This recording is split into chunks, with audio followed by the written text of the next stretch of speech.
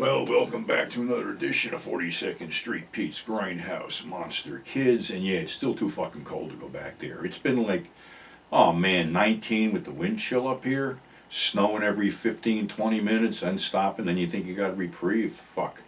So yeah, let's go out to a tropical island and go back in time to 1959's Terror is a Man. Now, this was one of the first Filipino horror films. The backstory is that there was a producer out there who had Hemisphere Pictures named Kane V. Lin.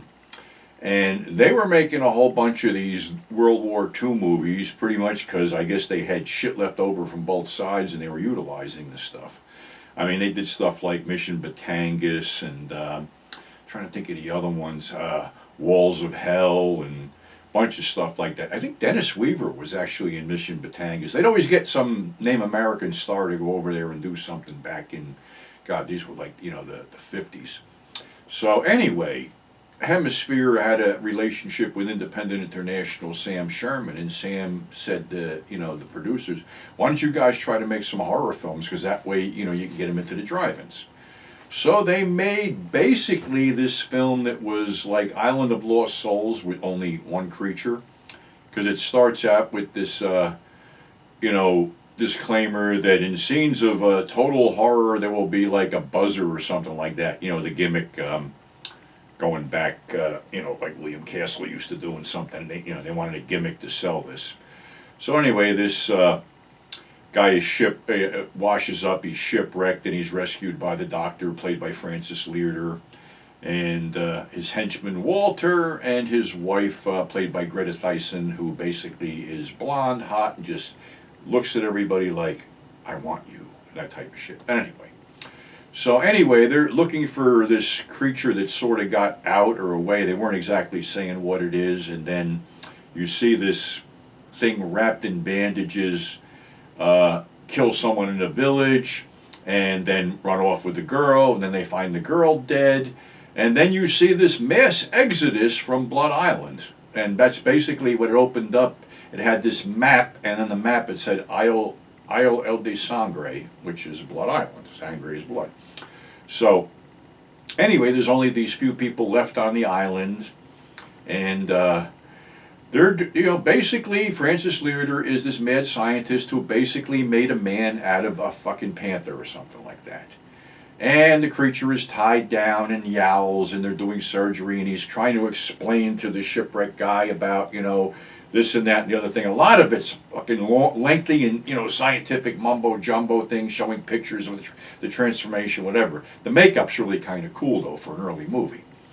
But anyway, there's something going on between Walter and the wife, and Walter sort of, thrusts himself on her, for lack of better words, attempted rape or whatever, and it's broken up.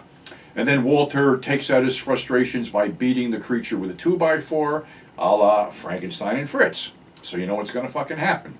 So the creature does get loose, something happens, he catches on fire, they try to save him, put him back in. There's some graphic surgery, which actually I think they said they shaved the pig and used the pig to do this. And that's when the buzzer goes off, whatever.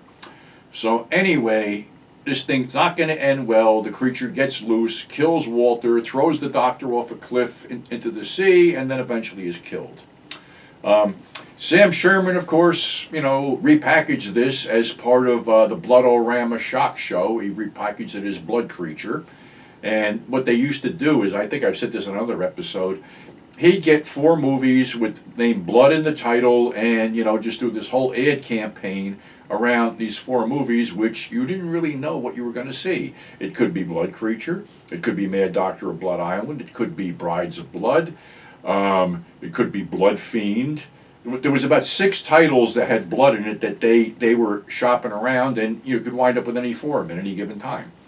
So that was the legacy of the whole thing, and of course that spawned, actually this one was directed by Jerry DeLeon, and produced by Kane Lin and Eddie Romero.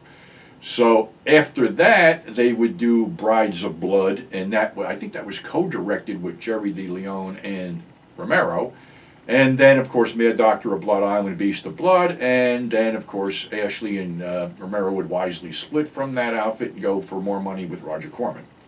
So that's our show for today. And I know this is airing Monday after the fact. I just like to, send out, I just feel so bad about my friends out in California that had to deal with that fucking horrific fire and shit.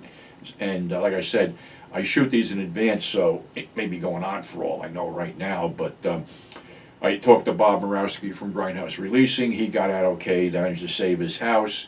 He's lucky. A lot of other people didn't manage to save their houses, but, like I said, I don't know what I can do. I mean, if they get a relief fund going or something like that, I'm sure and shit going to try to raise some money for them. So until Wednesday with Really Weird Cinema, stay safe, and we'll catch you on the flip side.